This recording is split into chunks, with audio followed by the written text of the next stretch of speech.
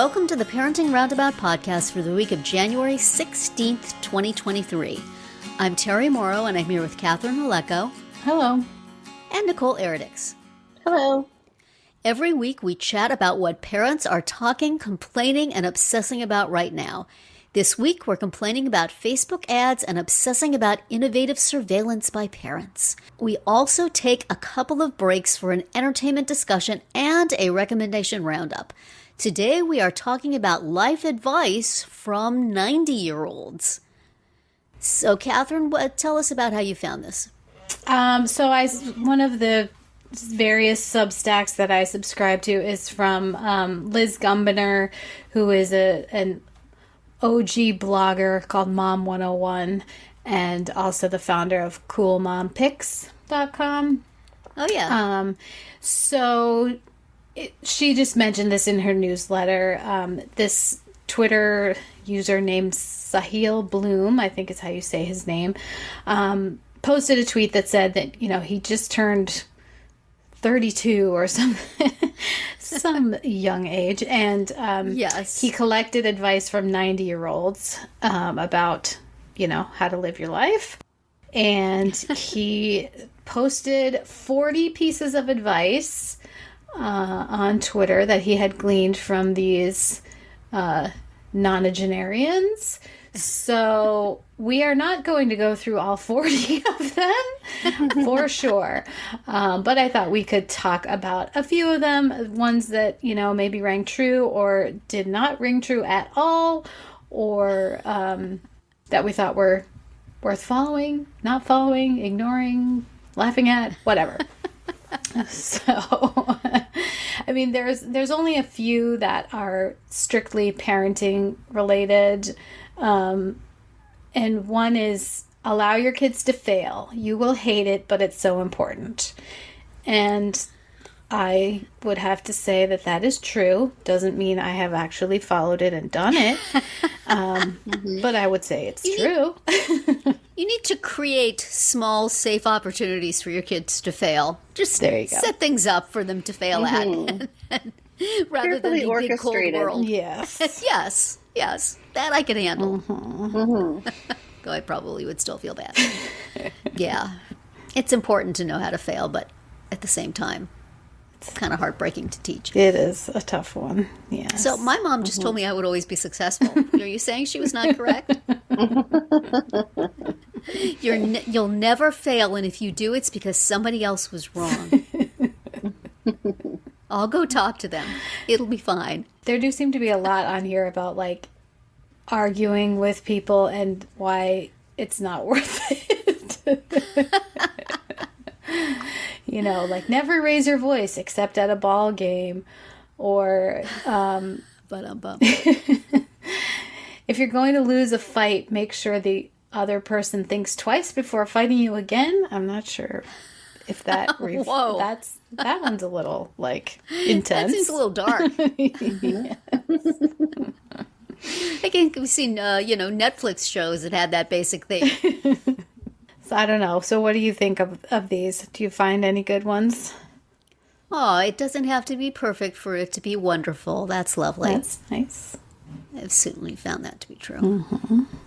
Oh, I like this one. There's nothing wrong with shedding old relationships as you grow and change. Well, now see, there's another one that says, never let a good friendship atrophy. Yes. Make new friends, but keep There we go. We've known this since our Girl Scout days then, because that's when we started singing that song. That's right. One is silver and the other is gold. How about this? The ones who are silver are going to be pretty jealous of the gold ones. Right. Better not let them know. How about whenever you hug someone, make sure they are the one to let go first. I feel that could get creepy.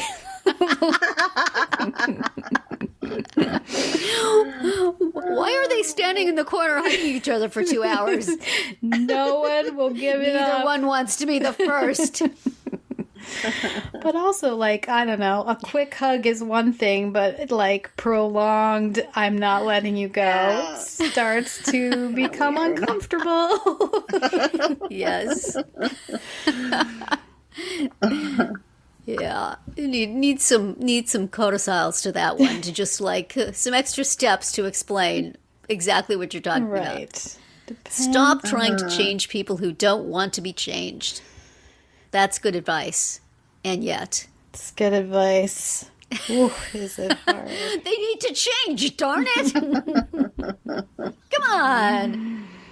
I mean, anytime that someone else has to do something in order for you to to be happy or achieve your objective, that's going to be hard. Yeah. So you might want to learn how to not feel that way. This one is, I think, this one is one that speaks to me. Tell your partner that you love them every night before falling asleep. Oh, I do that. And before you do that before they leave the house. And, after as they leave the room, and pretty much all the time. I need to print that out and give that to them. See? You need to say it back. This is what the 90-year-olds say, and they know. Absolutely. I see this one that says, smile and say good morning to strangers on the street. And I always say hello to people on the street. I smile and I say hello. And some of them smile and say hello back, and some of them just walk faster. It's so discouraged. The worst thing is when you like smile and say hi to somebody and they don't respond, and then you feel like an idiot. Yeah. But it's probably better to err on the side of being friendly, right?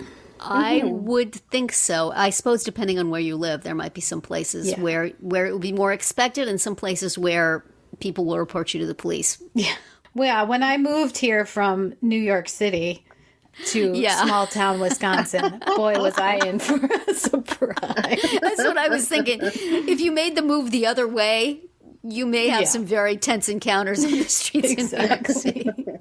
Don't make eye contact. Just keep walking. But I remember one time I did that. I was taking a walk with my son, and I was saying hi to people, and he's like, don't talk to strangers. What are you doing? You're not supposed to talk to strangers. And I'm like, well, if you're old and they're across the street, you can't. It's hard. Well, and like talk to strangers or greet someone as you're walking is kind of a nuance there. And if they have a dog, I'm going to say hi to them and to the dog. You guys say hi to the dog, too? I say hi, Pooch. Yes. You got to say hi. It's only friendly. Oftentimes say hi to the dog and don't necessarily say hi to the people. The dog's usually happy to hear from you. Yes. I made the acquaintance of a dog on a walk the other day who is quite possibly bigger than me. Bigger than you? If that dog were to put its paws on my shoulders, I think he would have a few inches on me at least. Yeah. But fortunately, it stayed on all fours. I scritched its ears and moved on. Yeah, when you have a huge dog, boy, you have to train it. Yeah, I've seen this dog a few times in the neighborhood, and it always wants to come to say hi to me, and the owners are always wrestling it, like almost bodily, to keep it from doing so. And I'm like, it's okay. I really would like to pat it on the head. But then I think they might feel like... They might know something you don't. Or they just want to get the dog home, and could I stop distracting it by, existing? Right. Yet it will not stop me from smiling and saying good morning to dogs on the street. Right. This is another one that's probably good advice that we probably don't always do. If something has a minor issue, repair it.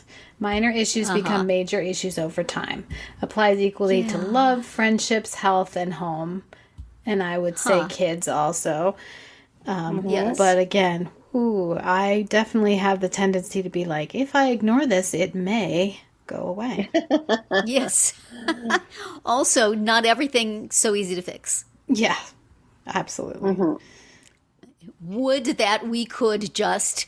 Come here, son. I'm going to put a little oil there, in your joints, and boom, you'll be working like new. Yeah. Not so well. I mean, and the problem is that I have been rewarded for ignoring things before, so I can't. That's the trouble. That really reinforces my behavior. Do one thing that challenges your mind every single day. A crossword puzzle, math problem, anything. I do that. I do a crossword puzzle, and I do the Wordle, and sometimes I do Sudokus. And I rationalize the time that I take away from paying work to do them as do something that Good for challenges your mind brain. every single day. It says right here, a 90-year-old said that. My work doesn't challenge my mind, so I got to do a crossword puzzle. It's medical, you know. It's medical advice. That's it's like taking a pill. I got to do crossword puzzle. Got to do a word Gotta puzzle. do that Gotta do a number Wordle. puzzle. Gotta keep up your streak. Doctor's Gotta- orders. I gotta- Yes, absolutely. Exercising the brain. I like this one. You may win the argument, but if you lose the friend, what was the point? Right. So, what, like, depends pick on your the battles? Pick your battles, right? Yeah. Is Well, it that's worth it? definitely good advice. But, you know, some friends are. Okay. Yeah.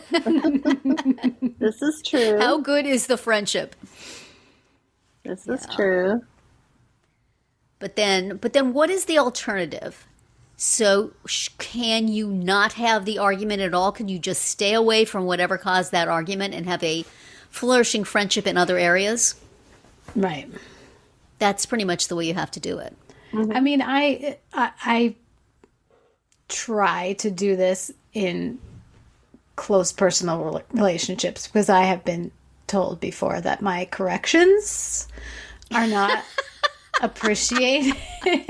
Oh, really? So if someone in my vicinity is making a statement that I know to be incorrect, but it is harmless, then I really try to zip it. You just put an anonymous note in their mailbox. Their mailbox that I share with them. Oh, family members. Just, you know, But you can make up. It certainly applies to non-family as well. It probably even more Yes. so. I would be less inclined to make that kind of correction to somebody who's outside of my family, but I have been trying to learn that even within the family, it doesn't matter. Don't do it. You need to make up an anonymous social media account so that you can just, like, Right. send things out. By the way. Did you know? Did you know that this is incorrect and the correct answer is? Yeah, I might try that. Well, are there any more of Bots these? can do it, so can you. Yeah, are there any more of these that we want to highlight, or are we ready to? I'm a little worried about looking presentable as a matter of self-respect. Making me feel bad about myself there. Apparently, I don't think much of myself. It's real hard to motivate yourself to be presentable if the only people that see you are the ones who you live with 24 hours a day. That's true. It's hard. That's true. And yet, even when I go out, I really don't care that my hair looks like I cut it myself, because I did. And that I oftentimes don't comb it, because, you know, when you have super wavy hair, really, what's the point? Yeah, you'll just make it frizzy. Yeah, exactly. Exactly. It does not obey the comb. Right. It laughs at the comb.